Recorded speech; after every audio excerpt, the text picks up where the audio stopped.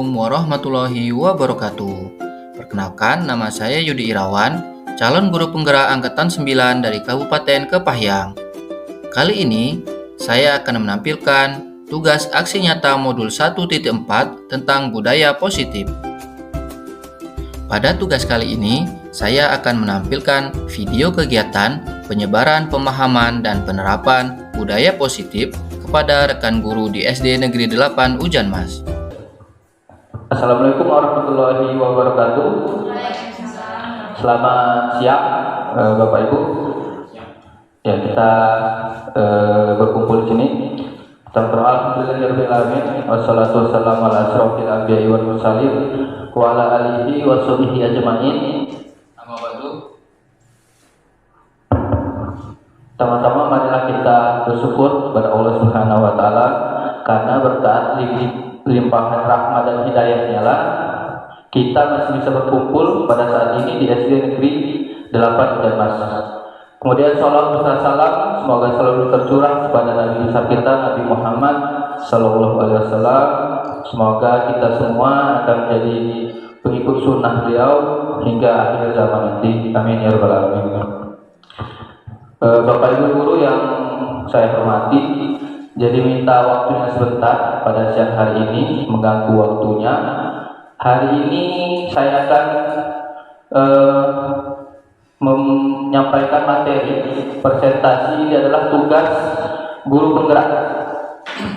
Jadi adalah tugas guru penggerak, yaitu menyampaikan materi, menyebarkan pemahaman dan penerapan pengalaman budaya positif. Jadi hari ini kita akan membahas masalah budaya positif. Apa itu budaya positif?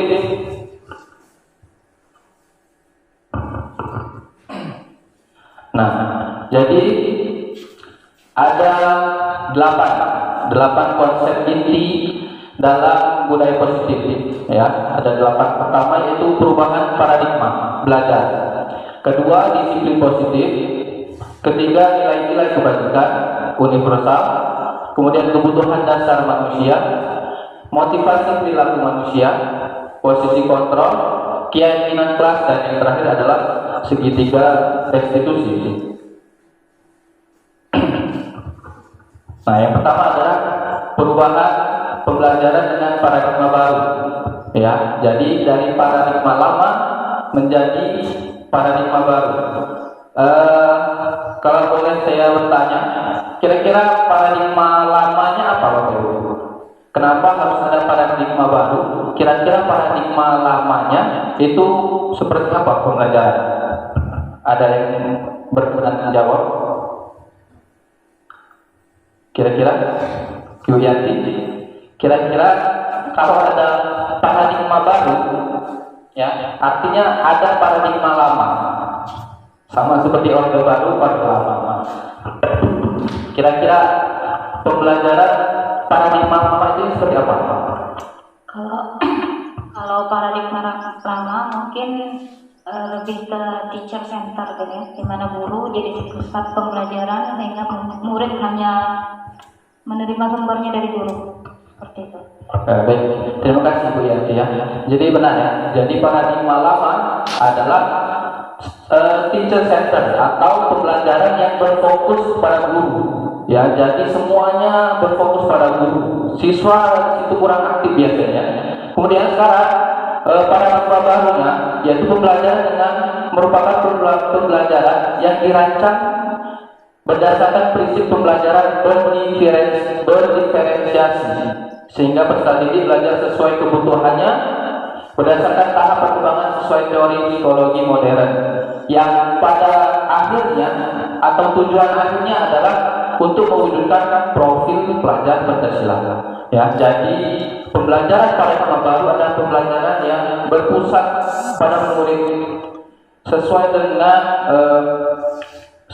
pemikiran Ki Hajar Dewantara. Jadi kurikulum merdeka, ya, landasan kenapa dibuat kurikulum merdeka adalah berdasarkan dari pemikiran Ki Hajar Dewantara.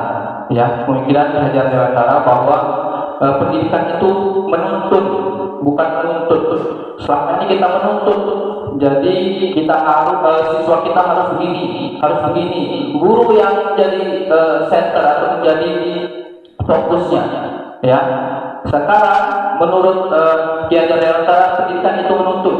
Jadi pendidikan itu harus sesuai dengan kebutuhan muridnya, bukan kebutuhan guru, ya. Jadi pendidikan itu atau pembelajaran itu berfokus pada murid. Jadi apa yang murid butuhkan, bukan apa yang guru butuhkan, bukan apa yang guru inginkan, tapi apa yang murid butuhkan dan inginkan. Kemudian kalau kita mendengar kata berdiferensiasi, kira-kira apa berdiferensiasi, Bapak-Ibu?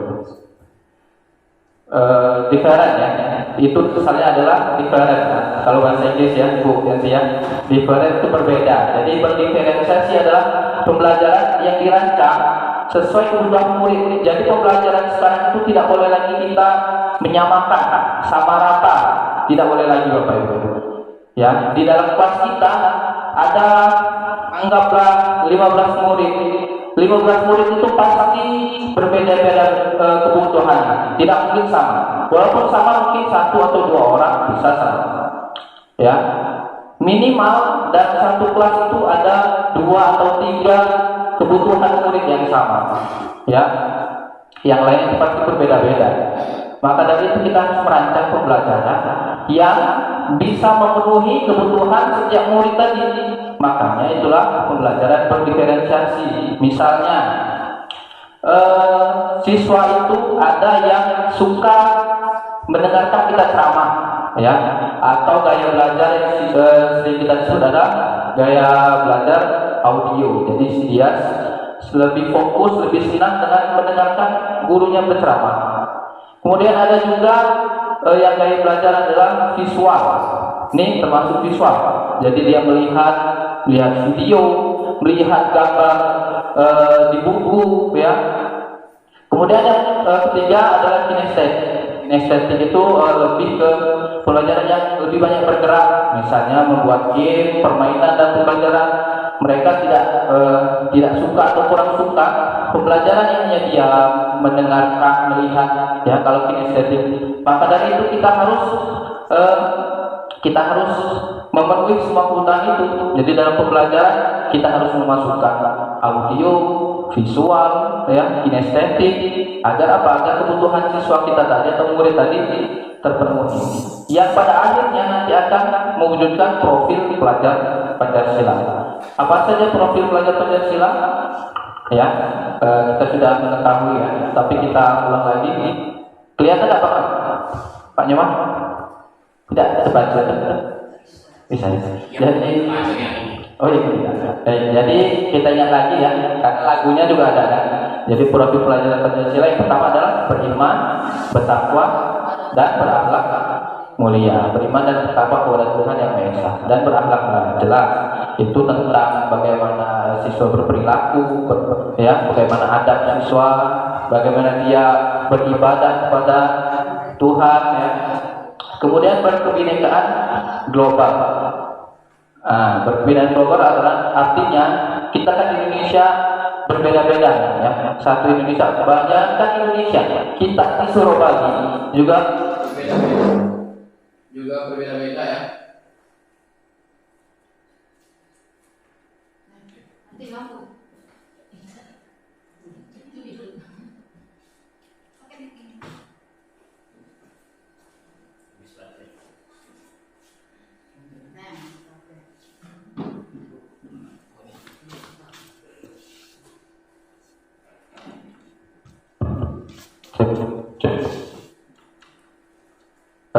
Yang kedua yaitu berkebinekaan global, ya. Artinya siswa kita tuntut untuk bisa bersosialisasi dengan budaya-budaya lain, ya. Kemudian bergotong royong. Gotong royong di sini bukan hanya kebersihan, ya, tapi kerjasama dalam hal apa? Ya, jadi dalam hal apapun harus bergotong royong, ya, dalam kolaborasi kalau sekarang. Kemudian kreatif, tenaga kritis, dan terakhir adalah mandiri. Kemudian ini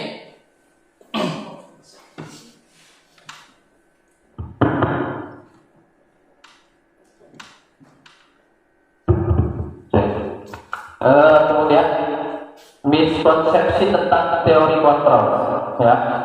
Ilusi guru mengontrol murid. Ilusi itu apa? Ilusi itu apa? Gambaran, bayangan, gambaran atau bayangan yang tidak nyata, ya.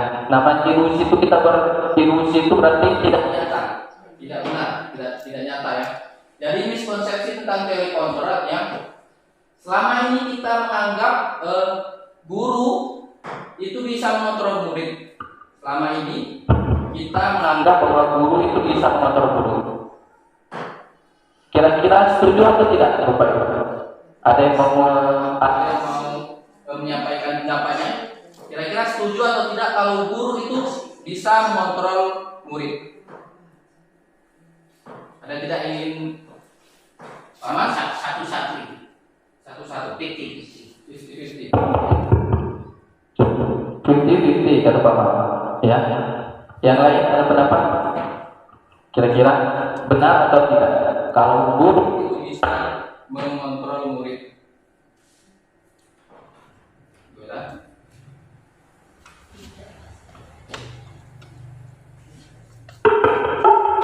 Bapak Ibu, ini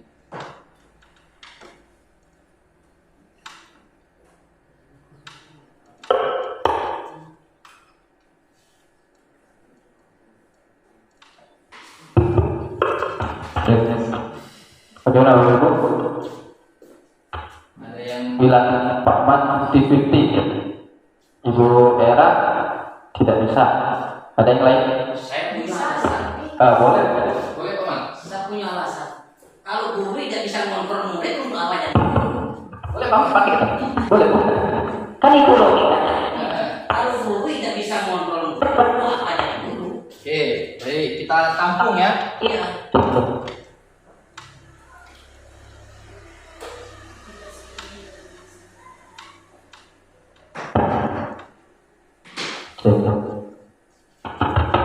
Begitu juga, maka saya ngomong 50-50, setengah-setengah. Bisa mengontrol tapi tidak sepenuhnya. Tidak sepenuhnya. Baik. Tergantung medannya. Baik. Baik Bapak Ibu. Jadi di dalam modul yang saya pelajari di guru penggerak, ternyata guru itu tidak bisa mengontrol murid. Jangankan guru, orang tuanya pun tidak bisa mengontrol anaknya. Karena menurut teori kontrol itu adalah kekuatan diri sendiri. Yang bisa mengontrol seseorang adalah dirinya sendiri. Yang bisa mengontrol Pak Man adalah Pak Man sendiri. Ya, yang bisa mengontrol Ibu Era dan yang lain adalah diri sendiri. Kenapa di sini disebutkan ilusi guru mengontrol murid? Seperti yang kata Pak Man tadi. Kenapa kalau kita tidak bisa mengontrol mengontrol murid, kenapa kita jadi guru? Sebenarnya yang terjadi adalah murid sedang mengizinkan dirinya untuk dikontrol. Itu yang sebenarnya terjadi. Bukan guru bisa mengontrol murid, tapi murid sedang mengizinkan dirinya untuk dikontrol oleh guru. Kenapa saya katakan demikian? Kita ada beberapa anak ya di dalam kelas. Ada yang nurut, ada yang tidak. Yang nurut itulah yang terjadi. Dia mengizinkan dirinya untuk dikontrol oleh guru. Yang tidak nurut, mereka tidak mengizinkan. Dia tidak mau dikontrol. Dia tidak mengizinkan dirinya dikontrol oleh guru. Sebenarnya yang terjadi tadi Pak, menurut modul yang kami pelajari, yang saya pelajari. Artinya yang bisa mengontrol murid adalah dirinya sendiri. Seseorang, Pak Man, bukan hanya muridnya. Kita sebagai guru, apa bisa kepala-kepala mengontrol kita? Tidak bisa. Yang terjadi adalah kenapa kita terlihat menuruti semua peraturan kepala sekolah, itu karena kita sedang mengizinkan diri kita untuk dikontrol oleh kepala sekolah. Pada saat perjalanan kita bisa saja menolak. Iya lah Bapak Ibu. Walaupun pertama kita izinkan kita dikontrol, di tengah perjalanan kita bisa saja menolak. Bisa dapat menolak? Bisa. Ya, misalnya ada peraturan pertama kita memang ikuti, tapi di tengah jalan ternyata memang tidak sesuai dengan kita, bisa tidak kita menolak? Bisa. Ya, itulah makanya ada ilusi guru mengontrol murid. Artinya itu adalah yang terjadi sesungguhnya adalah murid sedang mengizinkan dirinya dikontrol. Ketika dia sudah tidak mengizinkan lagi, guru tidak bisa mengontrolnya lagi. Ya, karena itu murid sedang diizinkan, sedang mengizinkan dirinya. Itu yang kami pelajari Pak. Jadi kita di sini sama-sama belajar, sama-sama berdiskusi belajar. Jadi itu yang kami pelajari. Jadi intinya yang bisa mengontrol diri adalah diri kita sendiri. Ketika itu tadi terjadi, itu pada dasarnya adalah kita sedang mengizinkan orang lain untuk mengontrol. Paman dengan hubungan ya, walaupun suami istri, saya yakin kontrolnya masih tetap di dirinya sendiri. Boleh Pak? Yang kita bicara tadi kan guru dengan murid. Benar. Kalau saya bisa kontrol murid, dia itu bapak tidak, kita bisa kontrol. Nah itu makanya Pak, makanya kita belajar. Itu makanya saya ngomong Betul. tergantung medan, tergantung Ya benar. itu sebab anak itu belum tahu yang namanya membuka diri, nutup diri belum tahu. Benar, benar. Jadi ini adalah awalnya Pak. Nanti di materi selanjutnya kita akan menemukan jawabannya. Ya, kita akan menemukan jawabannya. Bagaimana cara kita bisa mengontrol murid tadi. Ya, jadi ini adalah landasan dasarnya yang harus kita ketahui dulu bahwa kita itu tidak bisa mengontrol orang lain. Itu landasannya dulu Pak. Nanti di materi selanjutnya akan ada jawaban Pak. Kemudian ilusi bahwa kritik dan membuat merasa bersalah mampu menguatkan karakter. Itu juga yang kami pelajari juga sebenarnya itu adalah hanya sebuah ilusi bahwa kritik dan membuat rasa bersalah itu mampu menguatkan karakter itu sebenarnya adalah sebuah ilusi. Kemudian ilusi bahwa semua penguatan positif, efektif dan bermanfaat itu juga ilusi. Kemudian yang keempat, ilusi bahwa orang dewasa berhak memaksa. Ya, kita sebagai guru pasti lebih dewasa daripada muridnya kan? Bahwa ilusi bahwa orang dewasa berhak memaksa itu juga sebenarnya ilusi. Kenapa ilusi? Nanti akan kita temukan jawaban. Bapak juga pasti nanti akan menemukan jawaban. Kemudian materi selanjutnya adalah mengubah paradigma dari stimulus respon ke pendekatan teori kontrol. Yang dulunya adalah stimulus respon, sekarang diubah menjadi pendekatan teori kontrol. Ini perbedaannya. Kalau dalam stimulus respon itu menyebutkan atau mempercayai bahwa realitas atau kebutuhan kita sama. Tapi dalam teori kontrol, kebutuhan kita itu berbeda. Termasuk dalam hal kita sekolah adalah murid. Jadi kebutuhan siswa itu pasti berbeda-beda, tidak sama. Ya, walaupun kakak dengan adik pasti beda. Kemudian semua orang melihat hal yang sama itu di stimulus respon.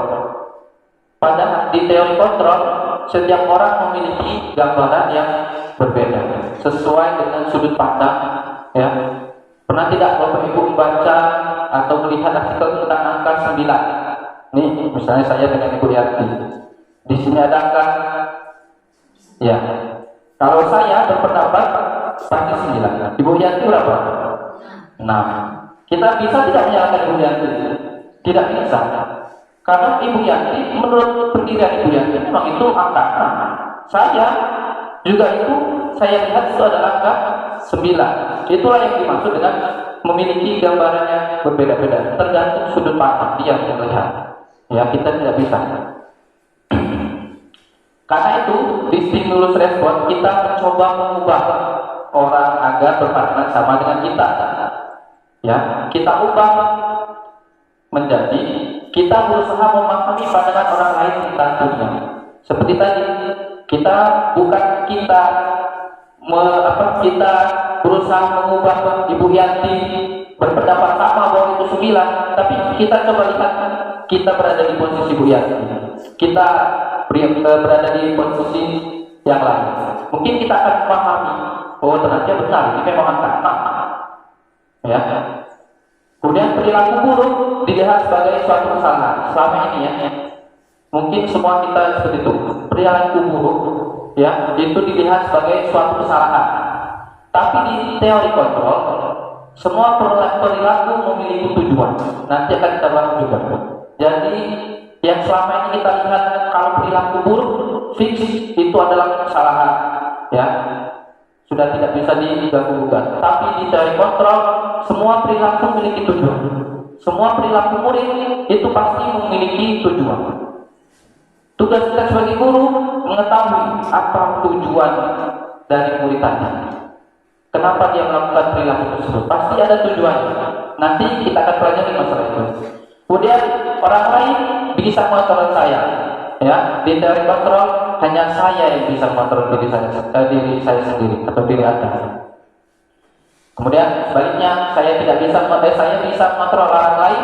Pada dasarnya Anda tidak bisa mengontrol orang lain walaupun itu anak kita sendiri, istri kita sendiri, ya. Pemaksaan ada pada saat rujukan gagal.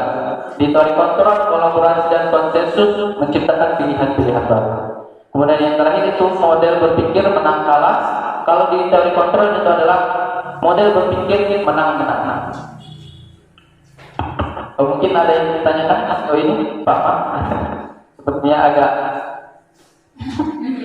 agak berbeda sama Pak, atau akan tunggu jawabannya di slide selanjutnya. Pokoknya saya selalu berpegang tinggi Oke. sesuai dengan kebutuhan. Nah itu salah satu bukti bahwa saya tidak bisa mengontrol Pak Man.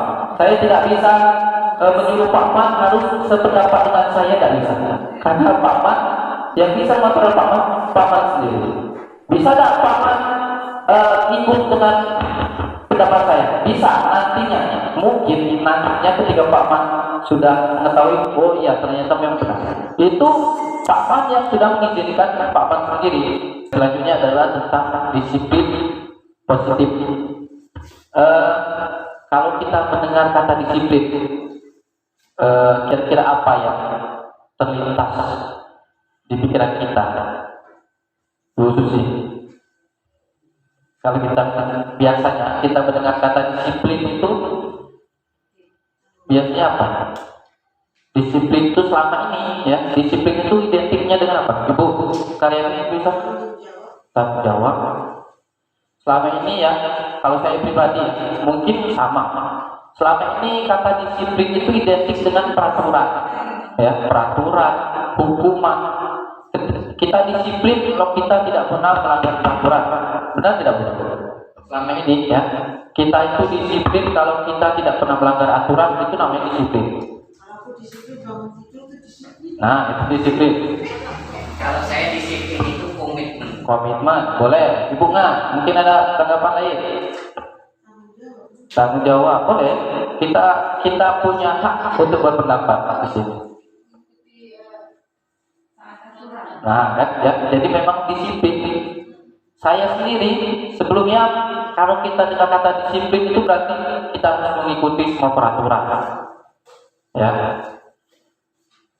Pada dasarnya disiplin berasal dari kata disiplina yang artinya ada belajar. Ya. Disiplin mengacu pada disiplin diri yang memiliki tanggung jawab terhadap apa yang dilakukan berdasarkan nilai-nilai yang diyakini, bukan karena peraturan, ya, bukan karena peraturan,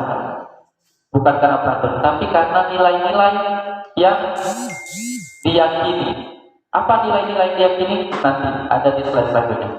Disiplin positif merupakan salah satu cara penerapan disiplin yang bertujuan untuk menumbuhkan kesadaran serta memberdayakan peserta didik tanpa imbalan, tanpa hukuman, tanpa imbalan, ya, imbalan, ancaman atau hukuman.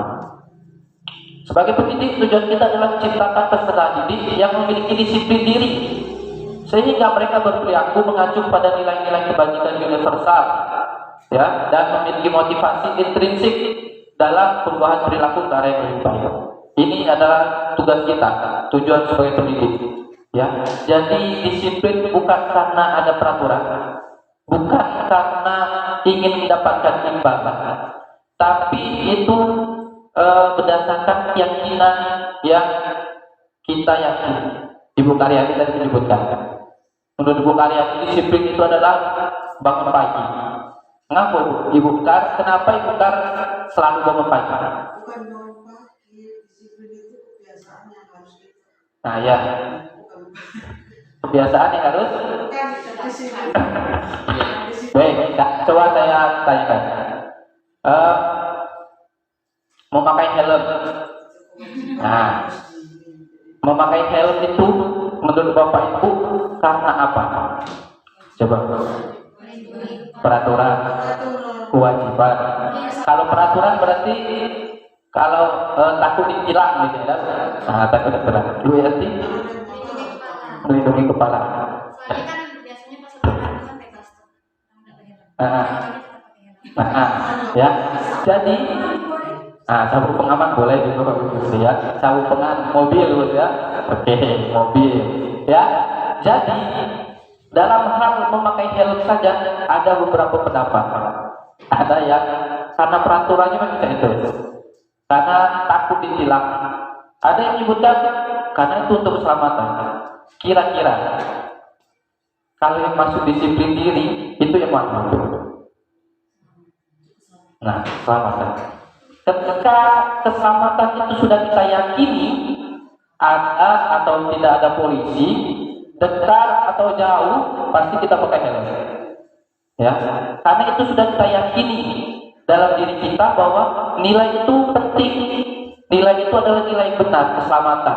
Saya ini pakai helm bukan karena takut ditilang, tapi karena memang untuk keselamatan. Keselamatan kita sendiri. Ya, jadi walaupun dekat, jarak dekat mungkin ada juga yang pakai helm. Pak Man, saya sering lihat Pak Man ke Bumi Sari pakai helm. Padahal tidak ada pos polisi di situ. Ya, padahal tidak ada pos polisi. Karena saya punya komitmen.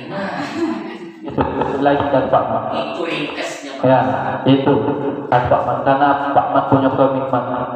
Jadi nilainya sudah dipercaya, diyakini betul-betul oleh Pak Man, tidak bisa diganggu-gugat. Termasuk Ibu Nga. Ya, Ibu Nga tidak bisa ganggu-gugat komitmen dari Pak Man itu. Ya, jadi itu adalah disiplin positif. Nah, ini nilai-nilai yang diyakini tadi itu adalah nilai-nilai kebajikan. Nilai kebajikan universal. Apa itu? Itu adalah nilai yang disepakati bersama, lepas dari suku, bangsa, agama, bahasa maupun latar belakang. Jadi itu bisa berlaku umum. Ya, nilai kebajikan universal itu berlaku umum. Ya, yang tidak terkait dengan suku, agama, ras, latar belakang. Contoh nilai kebajikan institusi atau organisasi. Ini yang sedang gencar, ya, yang sedang viral sekarang, yaitu nilai kebajikan yang ada dalam profil pelajar Pancasila. Beriman dan bertakwa kepada Tuhan Yang Maha Esa.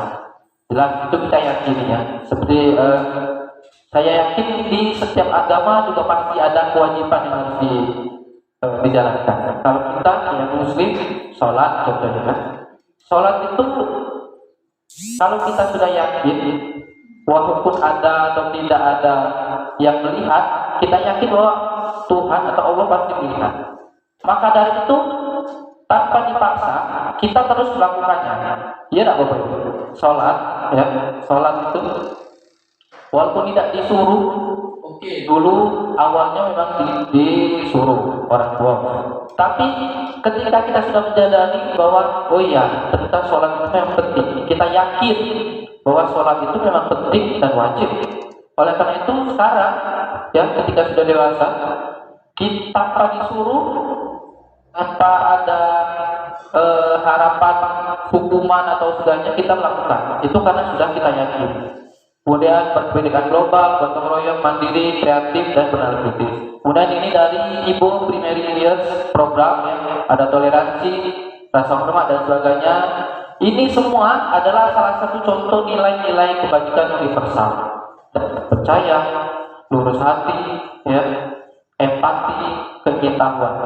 Nilai-nilai kebajikan universal inilah yang diharapkan sekarang, diharapkan dengan kita dapat kita tanamkan dalam diri kita sendiri pada dasarnya dan murid-murid kita pada umumnya. Itu adalah tujuan.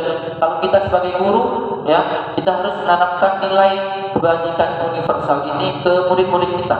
Kita harus membuat mereka yakin bahwa nilai-nilai itu adalah nilai-nilai baik, nilai-nilai yang memang penting untuk mereka. Agar apa? Agar mereka dapat melakukan atau berperilaku sesuai dengan nilai tanpa ada motivasi dari orang lain, bukan karena takut dihukum, bukan karena ingin mendapatkan penghargaan, ya, tapi dari dirinya sendiri. Nih, selanjutnya, ini adalah salah satu kutipan dari Ki Hajar Dewantara yang sudah saya sampaikan tadi, bahwa kurikulum merdeka itu, kenapa kurikulum merdeka itu ada sekarang? Salah satu alasannya adalah itu adalah pemikiran dari Ki Hajar Dewantara, ya, menurut Ki Hajar.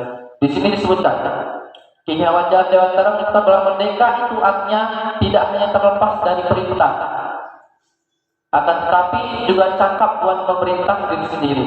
Jadi merdeka itu bukan hanya saya bebas, saya tidak mau diperintah, saya tidak mau diperintah oleh siapapun. Ya, itu memang merdeka. Tapi bukan hanya itu, Bapak Ibu. Tapi merdeka itu juga harus cakap buat memerintah diri sendiri. Ya, seperti tadi harus cakap mengontrol dirinya sendiri, termasuk dalam perilaku, ya. Dalam perilaku, dalam kita harus mengontrol, kita harus memerintah diri kita untuk kita meyakini nilai-nilai tadi, ya. Jadi menurut Ki Hajar Dewantara, merdeka itu artinya tidak hanya terlepas dari perintah, ya. Nih, masih ingat tak Bapak Ibu? Tadi di stimulus, respon, dan teori kontrol tadi ada kata-kata bahwa perilaku itu pasti memiliki tujuan. Masih ingat ya Bapak Ibu, ya? Perilaku itu pasti memiliki tujuan. Inilah tujuannya. Tujuannya adalah untuk memenuhi kebutuhan dasar manusia. Kita semua punya kebutuhan dasar. Tingkah laku siswa tadi pasti ada tujuannya. Dan tujuannya adalah untuk memenuhi kebutuhan dasar. Kebutuhan dasar manusia adalah segala sesuatu yang kita lakukan untuk mendapatkan apa yang kita inginkan. Seluruh tindakan yang kita lakukan memiliki tujuan tertentu, ya. Dan semua usaha terbaik yang kita lakukan adalah dalam rangka agar kebutuhan dasar kita terpenuhi. Yang kita garis bawahi adalah seluruh tindakan yang kita lakukan pasti memiliki tujuan tertentu, termasuk murid kita. Mereka nakal, ganggu kawannya, itu pasti ada tujuan kenapa mereka melakukan itu. Tugas kita adalah mengetahui apa tujuannya. Tujuannya pasti adalah untuk memenuhi semua kebutuhan dasar, memenuhi kebutuhan dasar. Apa saja kebutuhan dasar? Nih, ini menurut modul yang kami pelajari, kebutuhan pada lima kebutuhan dasar manusia. Pertama adalah untuk bertahan hidup, kemudian kasih sayang dan rasa diterima, penguasaan, kebebasan, dan kesenangan. Bertahan hidup, contohnya apa? Makanan, pakaian, tempat tinggal, keamanan, kesehatan, ya. Makanan, pakaian, tempat tinggal itu adalah kebutuhan dasar untuk bertahan hidup. Kita mencari pekerjaan, ya, mencari pekerjaan. Kita sekarang termasuk jadi guru, salah satunya adalah untuk memenuhi kebutuhan kita untuk bertahan hidup. Tidak bisa kita pungkiri, ya, karena kita memang pada dasarnya kita makan, kita beli pakaian, kita bisa dapatkan tempat tinggal, ya, itu karena pekerjaan kita sekarang sebagai guru. Mungkin ada memang beberapa guru, ya, atau beberapa lain memang dia punya kerjaan lain atau income lain selain guru ya. Tapi pada dasarnya itu untuk bertahan hidup termasuk makanan. Siswa juga seperti itu. Ya, mereka juga pasti akan berusaha untuk memenuhi kebutuhan dasar untuk bertahan hidup. Kemudian kasih sayang dan rasa diterima, ingin diterima. Yaitu contohnya adalah rasa diterima dan dipedulikan. Ya, kemudian berbagi, kerjasama, menjadi bagian dalam kelompok, itu termasuk kebutuhan dasar. Kita pasti punya rasa ingin diterima di keluarga kita yang paling kecil, ya, di tetangga-tetangga kita, sekarang di sekolah, ya Bapak Ibu, kita di sekolah ini pasti ingin merasa diterima, ingin dicintai, ya, kasih sayang dan rasa diterima. Kita ingin itu. Apabila itu tidak kita dapatkan, misalnya, ya, kita anggap contohnya saja murid ya, murid mungkin ada yang mohon maaf tinggalnya dengan nenek, ya, ada yang tinggal dengan nenek.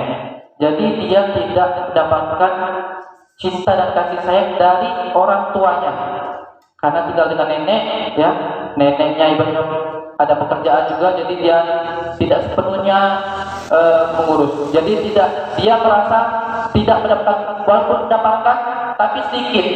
Maka di sekolah dia akan melakukan perilaku agar mereka mendapatkan kebutuhan dasarnya, memenuhi kebutuhan dasarnya. Apa contohnya? Itulah dia ganggu kawannya, kemudian minta perhatian dengan guru, karena dia tidak dapatkan itu di rumah. Ya, karena dia tidak dapatkan itu di rumah, dia mencari itu di tempat lain. Salah satunya di sekolah. Ya, salah satunya di sekolah. Kalau di rumah kan ada yang nasihati, misalnya yang keluarganya lengkap, ada bapak, ada ibu, ada yang nasihati, ada yang marah. Bahkan marah juga itu sepertinya Bapak Ibu ya, kalau kita pahami, marah itu juga salah satu kebutuhan dasar juga. Karena apa? Karena ada beberapa anak di sekolah kita ini yang sengaja melakukan sesuatu agar dimarah. Ada tak Bapak? Pernah tak menemukan anak yang sengaja melakukan sesuatu biar dimarah, padahal dia tahu bahwa itu adalah sebuah kesalahan? Ada tak Bapak? Sering ya. Padahal tidak boleh duduk di atas meja, tapi dia sengaja naik di atas meja. Walaupun ada kita di situ, karena apa? Dia tahu kalau dia naik di atas meja, guru pasti akan memperhatikan dia. Ya, guru pasti akan memperhatikan, akan memarahi. Padahal dia tahu kemungkinan yang terjadi adalah dia tidak mendapatkan itu di rumah, makanya dia cari itu di sekolah. Kemudian penguasaan, yaitu di sini adalah harga diri, keinginan untuk dianggap memimpin, berprestasi di sekolah, diakui, ya, didengarkan. Jadi siswa itu dia ingin didengarkan, di murid kita itu ingin didengarkan di kelas kita. Kalau kita tidak memberikan kesempatan murid untuk didengarkan, itulah tingkah lakunya. Ada yang ganggu kawannya, ada yang lempar-lempar buku. Karena apa? Karena mereka merasa tidak didengarkan. Dengan begitu, dengan melakukan itu, mereka tahu bahwa guru pasti akan datang, akan dimarahi, dan guru akan mendengarkan alasannya. Ya.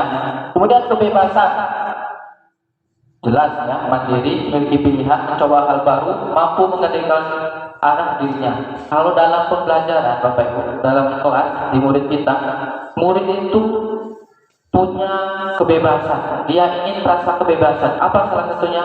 Dia ingin belajar dengan gaya mereka sendiri. Maksud gaya mereka sendiri di sini dalam artian masih dalam koridor yang tepat ya. Misalnya ada misalnya saya mengajar hanya berceramah terus. Yang tidak suka dengan ceramah tadi, kebebasannya akan merasa tertekan, ya. Dia tidak bebas, dia akan tertekan, dia akan dia akan diam karena dia tidak menyenangi itu, tidak bebas. Yang biasanya dia berjalan-jalan terus, ini disuruh duduk dengarkan. Yang biasanya dia nulis, ini disuruh duduk dengarkan. Tidak bebas. Makanya kita sebagai guru harus memberikan kebebasan itu. Salah satunya dalam pembelajaran kita harus membebaskan murid, ya. Kalau dalam diferensiasi itu ada kebebasan atau diferensiasi produk, ya. Jadi kita bebaskan produk yang dihasilkan anak. Ketika ada tugas kita bebaskan. Yang suka menulis kita suruh mengumpulkannya dengan cara menulis. Yang tidak suka menulis, dia suka bercerita, kita bisa tugaskan dia untuk bercerita di depan kelas. Yang ingin menggambar, kita bebaskan dia untuk menggambar. Yang penting tujuan pembelajaran kita itu tercapai, tujuannya sama. Dan yang terakhir adalah kesenangan. Kesenangan bermain, humor, antusiasme, tertawa, ya. Dalam pembelajaran kurikulum merdeka juga itu sangat ditekankan. Ya, tidak ada lagi kelas yang diam, sepi, ya. Itu adalah paradigma lama. Ya, tidak ada lagi kelas yang itu. Kelas di kurikulum merdeka harus gembira, harus senang, harus ramai, tapi bukan berarti berteriak-teriak, sudah jelas, ya. Memang harus ada materi yang menunjang itu. Yang jelas di kurikulum merdeka siswa itu harus senang. Ya, permainan bisa dimasukkan ke dalam pembelajaran, ya. Bisa dalam bentuk permainan agar mereka senang. Sebelum lebih lanjut bisa tanya Bu. Boleh, Pak. Dari mana sumber 5 dasar? Sumber 5 dasar. ini adalah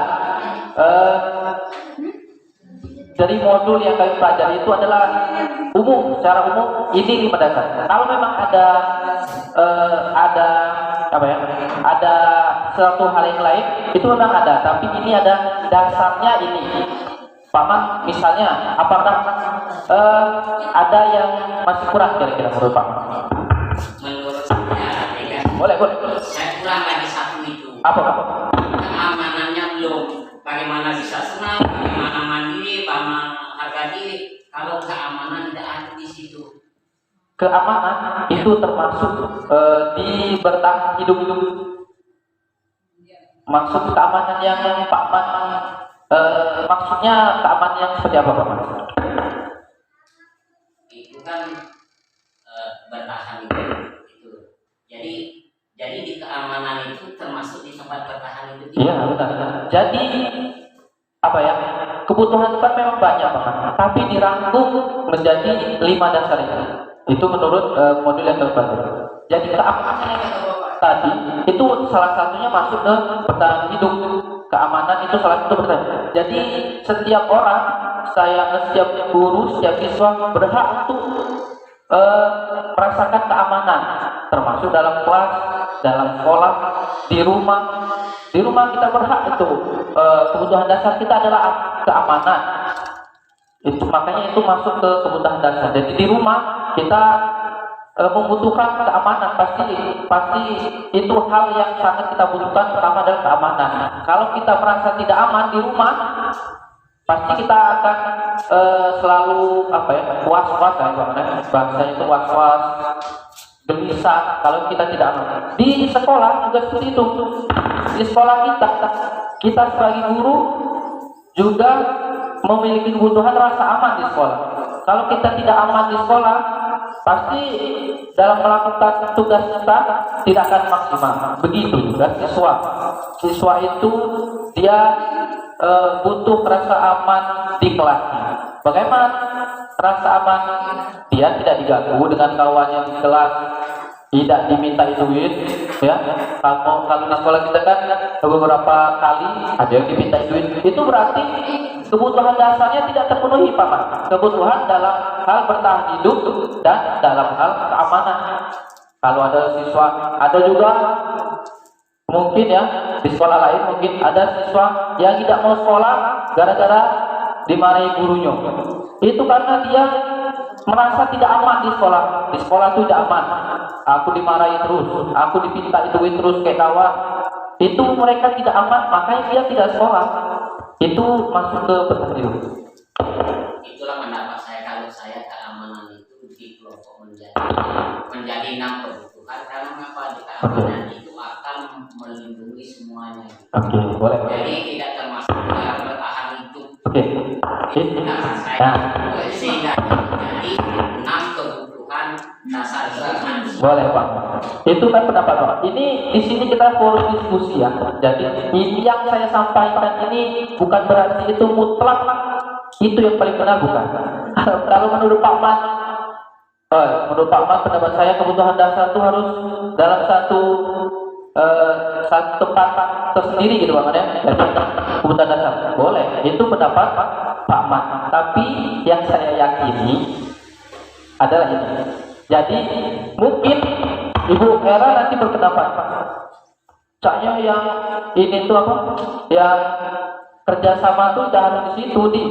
Karena kan gini, kalau di situ itu kan menyangkut itu sudah dalam bertahan.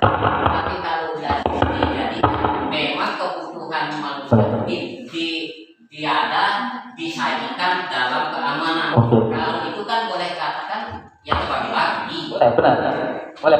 Makanya itu tadi ya. Makanya tadi kita di sini berhak berpendapat. Pak Man berhak menyampaikan pendapatnya.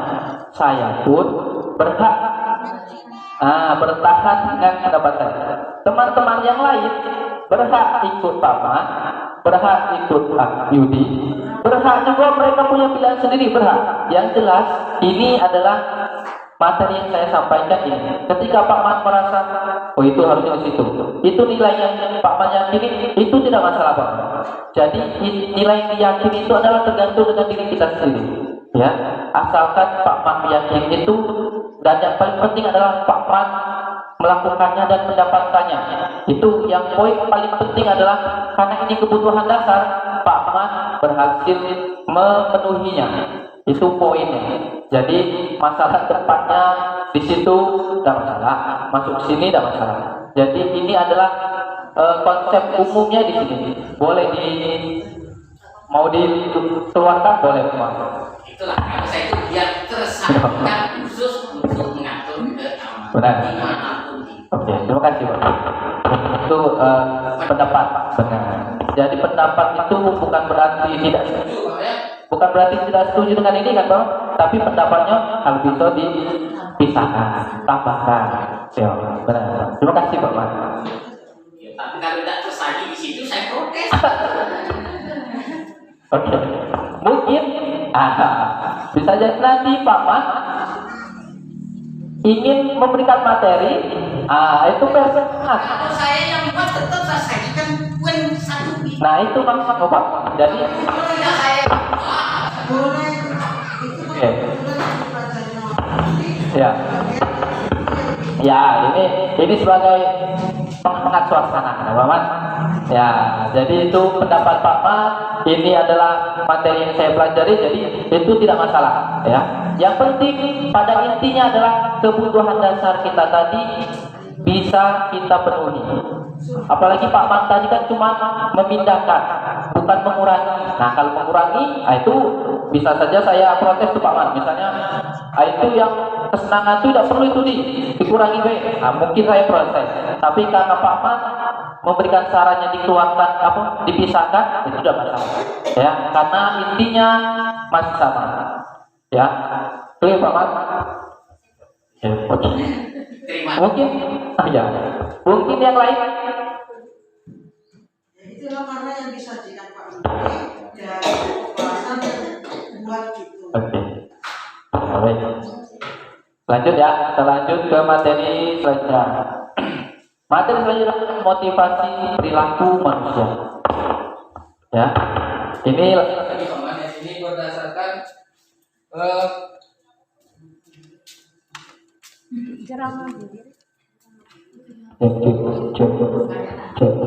ya, ini motivasi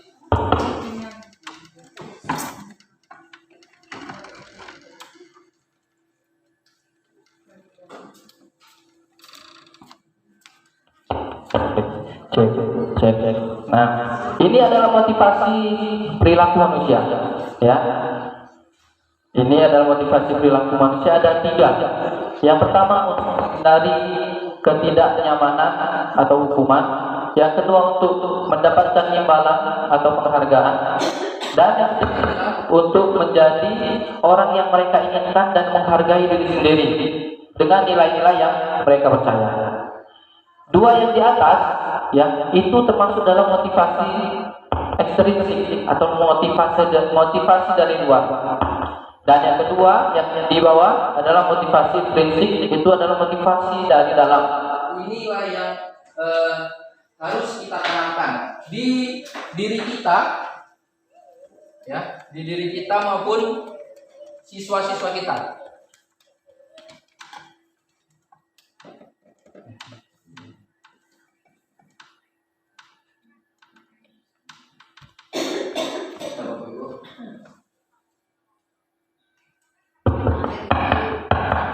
Cek.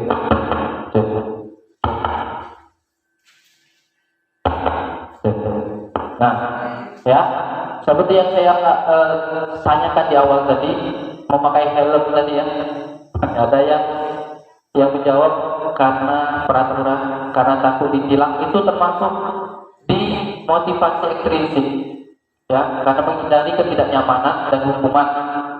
Kalau yang karena keselamatan, kata Pak Man tadi, karena komitmen, ya, karena diyakini nilai itu adalah nilai yang untuk diri kita sendiri, itulah motivasi intrinsik, ya, dari dalam.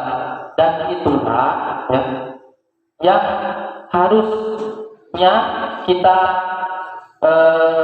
ajarkan kepada murid dan pada kita diri kita sendiri awalnya, ya, ketika kita sudah, maka kita mengajarkan itu kepada anak-anak, ya, motivasi perilaku manusia untuk jadi orang yang mereka inginkan. Jadi di inti konsep inti budaya positif ini saling berhubungan dari awal tadi sampai nanti di akhir, itu saling berhubungan, ya, untuk menghindari ketidaknyamanan, untuk mendapatkan penghargaan, termasuk penghargaan.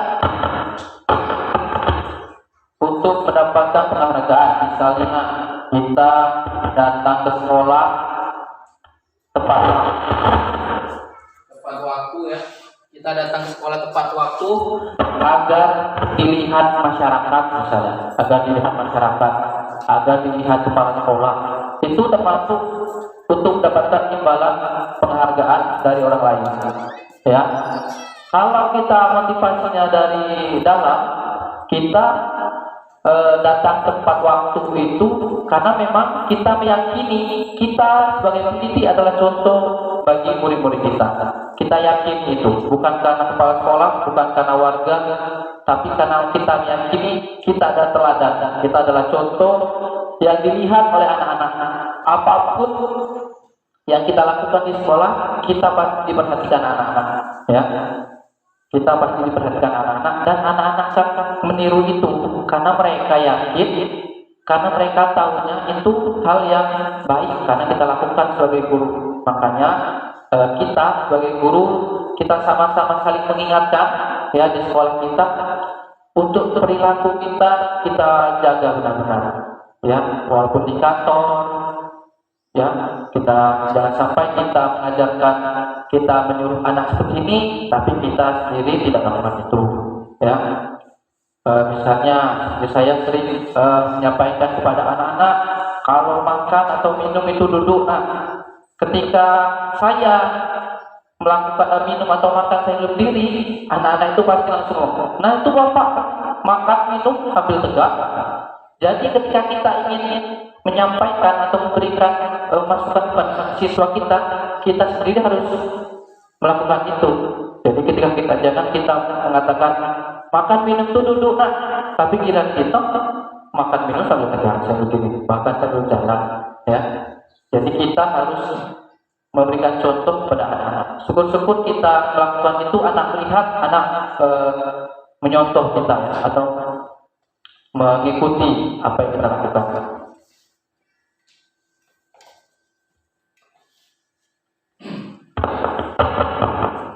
Sekarang ada perbedaan, ya, antara hukuman, konsekuensi, dan restitusi. Kalau hukuman saya kira sudah tahu, kita sudah sering dengar. Kalau konsekuensi juga sepertinya sudah tahu Pak ya, Pak Bu. Tapi kalau restitusi, saya pribadi baru tahu ada restitusi itu di saat materi di guru penggerak. Kira-kira Bapak Ibu ya sudah tahu belum restitusi? Apa baru kali inilah mendengarnya? Bapak Ibu, Pak Mat?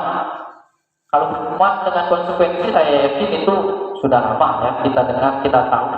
Tapi kalau restitusi saya pribadi, saya baru tahu itu setelah belajar di guru penggerak. Kita bahas dulu hukuman.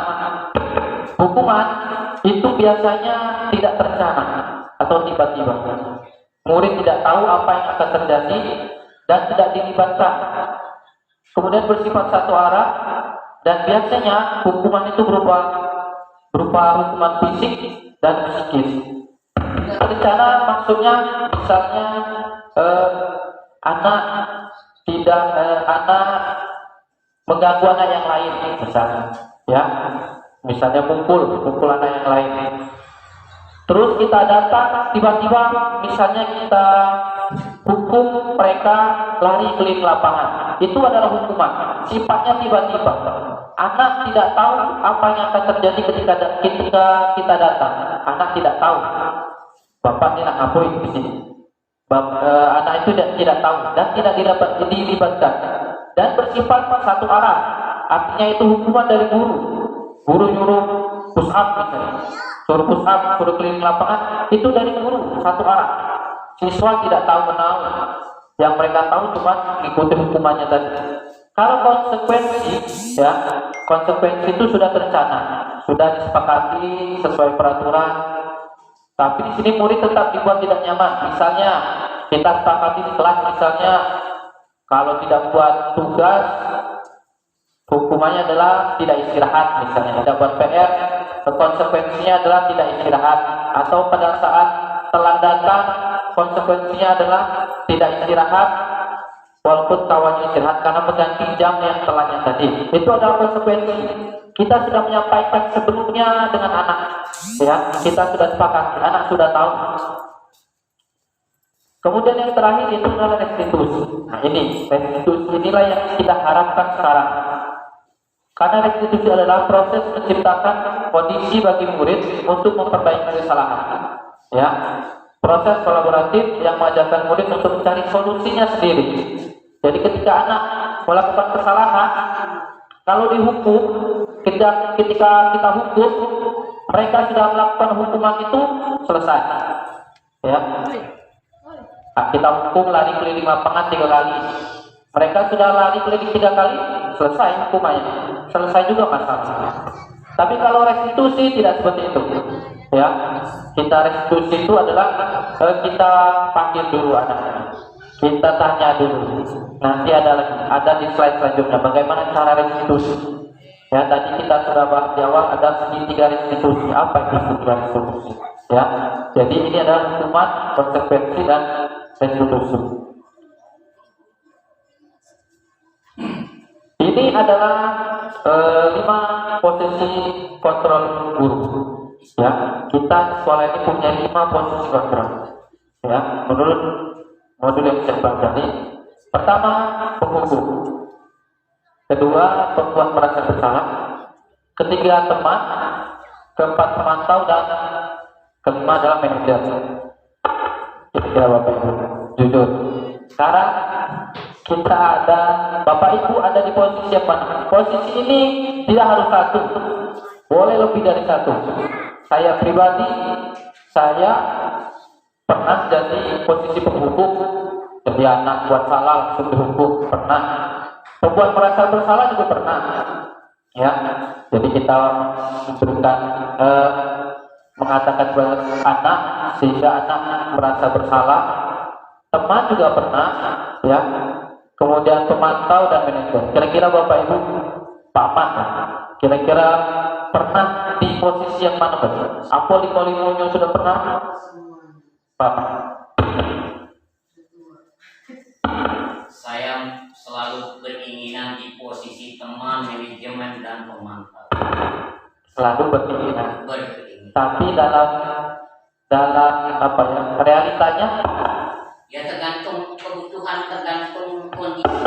ya, yang saya tanyakan Pak Mas, selama ini pernah di 5 posisi kontrol ini atau saya tidak pernah jadi penghukum karena saya tidak pernah menghukum. Boleh. Saya selalu berkeinginan di teman, manajemen dan pemantau. Betul. Untuk ini. Nah, itu. Oke. Kalau Ibu Susi biasanya di mana? Teman dan manajer. Selama ini. Iya. Oke, bagus sudah. Ibu Yanti selama ini Membuat rasa bersalah pernah teman teman manajer. manajer. Ibu pernah.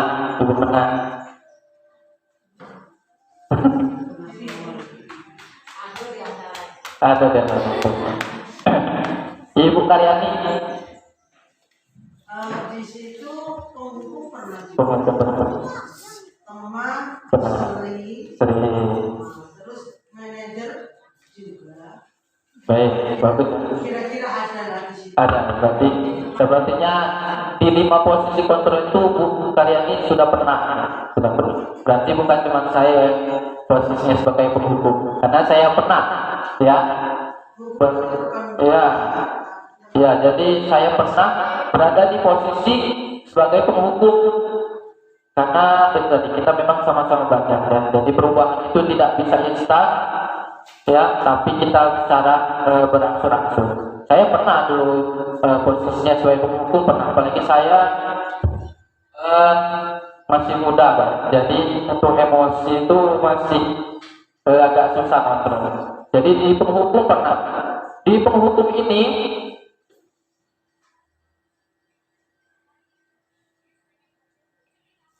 penghukum itu ciri-cirinya biasanya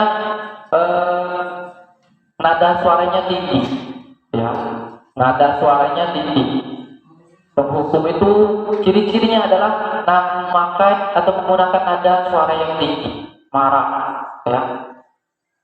Penghukum, hukuman itu Bapak Ibu ya, bukan hanya fisik, tapi kata-kata yang keluar dari kita yang menyakiti anak-anak itu termasuk hukuman sebenarnya. Sebagai penghukum, ya, bukan hanya berarti dihukum, menghukum itu bukan berarti hanya itu buang sampah, keliling lapangan, tapi kita mengeluarkan kata-kata yang menyakiti anak itu termasuk kita menghukum, ya, karena hukuman tadi kan ada fisik dan ada psikis, ya, psikis. Dan kalau kita pahami Bapak Ibu ya, sebenarnya lebih bahayalah yang hukuman psikis. Karena apa? Kalau hukuman fisik, mereka disuruh lari keliling lapangan, sudah lari itu besoknya mereka sudah lupa. Ya, tapi kalau psikis, kata-kata kita yang menyakiti anak-anak itu mereka bisa ingat sampai kapanpun, Bang, sampai tua. Tidak menutup kemungkinan Bapak Ibu guru yang di sini kita semua masih ingat kata-kata yang keluar dari guru kita pada saat sekolah dulu, SD, SMP. Saya dulu pernah dikatakan bodoh, misalnya, kan.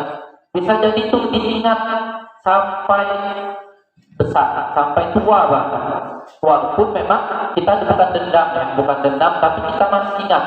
Karena memang psikis itu lebih dalam, lebih nusuk lah, nusuk ya. Kalau hukuman fisik itu sudah hari itu selesai biasa.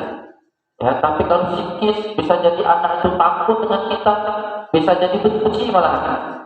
Ya, tidak ada lagi belajar. Kalaupun tidak merasa bersalah, nada suaranya lembut, ya, tapi sama seperti hukum tadi, nusuk, ya, jelek, jadi kata-kata itu nusuk. Memang nadanya lembut, ya, tapi lebih sakit rasanya.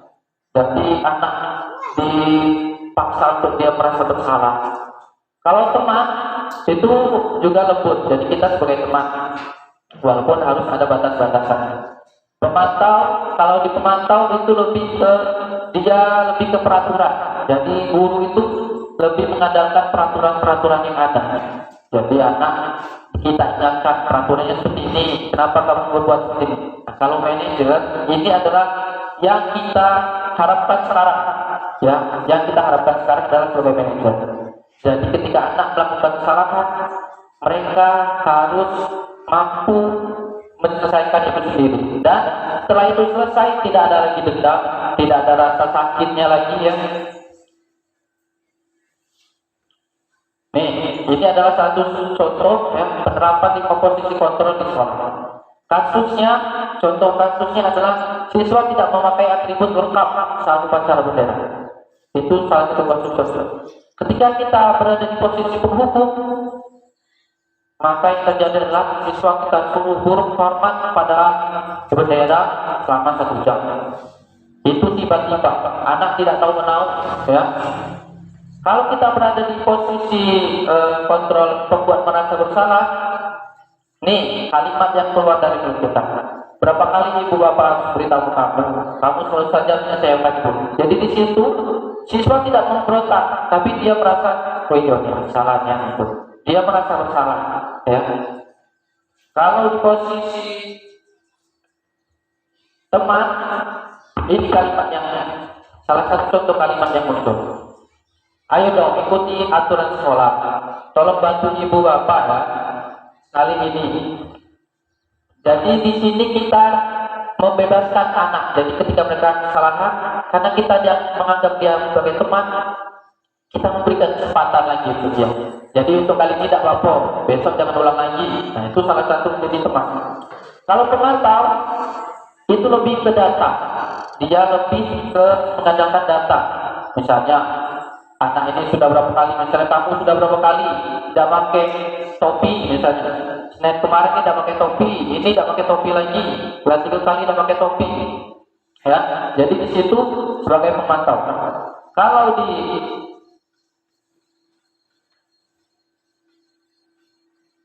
posisi manajer ini yang terjadi. Jadi kita tanya dulu, tahu tidak salahnya apa? Tidak bertopi misalnya. Kira-kira ngapo tidak bertopi, lupa misalnya, atau tidak ada, hilang. Jadi anak kita dalam proses menyelesaikan itu, anak kita buat nyaman, ya kita buat nyaman, tidak kita marahi, kita buat nyaman, kita bertanya dengan lembut, ya. Maka kita gali kenapa dia melakukan itu, kira-kira apa solusinya. Misalnya, dan besok masih tidak kira-kira tidak apa yang terjadi, kemungkinan yang kita harapkan Senin depan ya dia akan melengkapi atribut saat upacara. Kalau kita sebagai penghukum bisa jadi Senin depan tuh mereka tidak ikut upacara karena takut ya. Nah,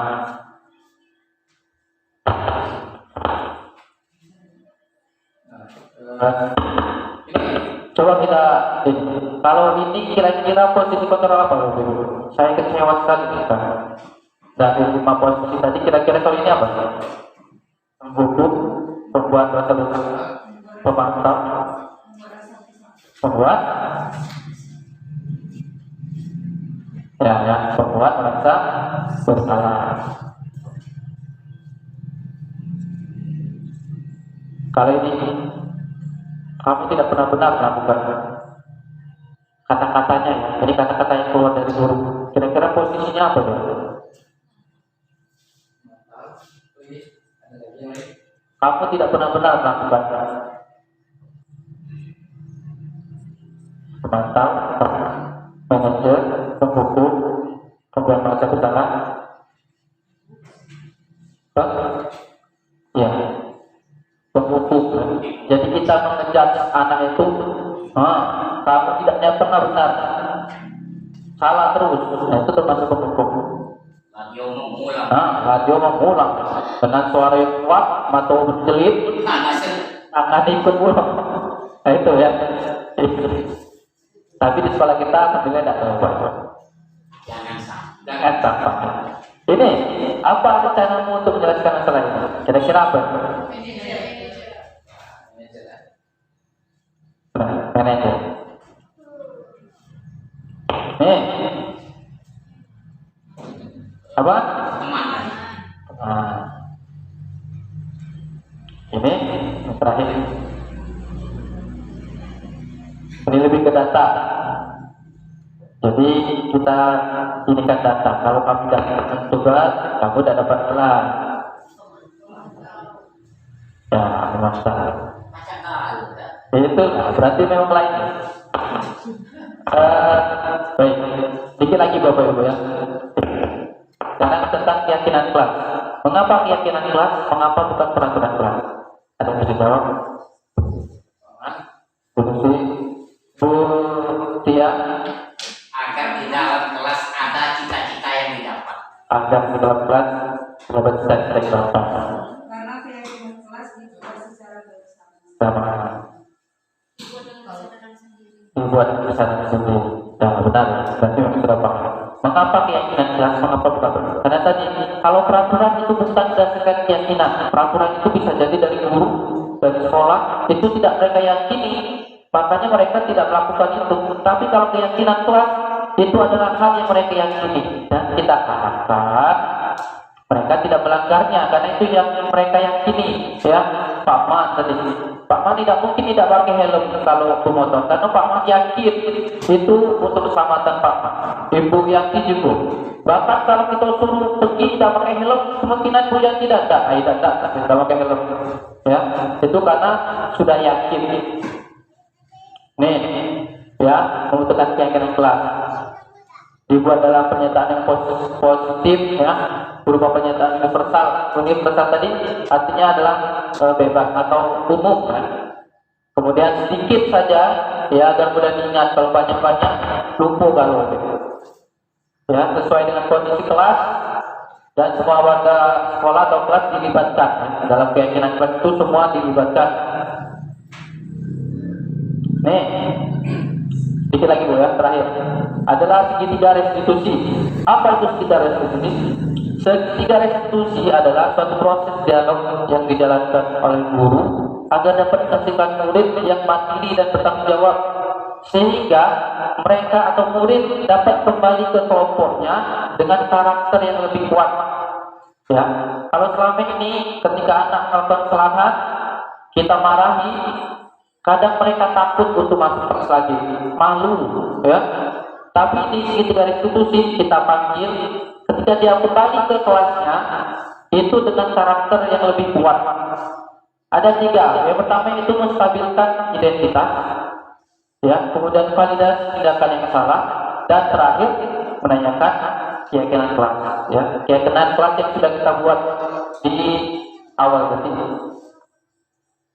Nih, dalam tahap menstabilkan identitas itu berdasarkan prinsip bahwa membuat kesalahan itu adalah hal yang wajar atau bagian dari proses pembelajaran. Ini adalah contoh-contoh kalimat yang kita gunakan dalam tahap menstabilkan identitas. Jadi ketika buat kesalahan, identitas anak itu tidak stabil, dia sedang berada di identitas yang gagal. Ya, mereka tidak stabil emosi. Maka hal pertama yang harus kita lakukan adalah kita stabilkan dulu emosinya, kita tenangkan dulu. Dengan cara apa? Ini berbuat sesuatu itu adalah hal yang wajar, bukan salah. Ya, tidak ada manusia yang sempurna. Kemudian kita bisa mengatakan bahwa bapak ibu juga pernah aja itu. Misalnya belagu, bapak ibu juga pernah dulu belagu. Itu wajar, ya. Kemudian bapak ibu tidak mencari siapa yang salah. Jadi dalam hal ada kesalahan anak, kita mengatakan bahwa bapak tidak nanya siapa yang salah, ya. Tapi bapak atau ibu di sini mau cari solusinya jangan.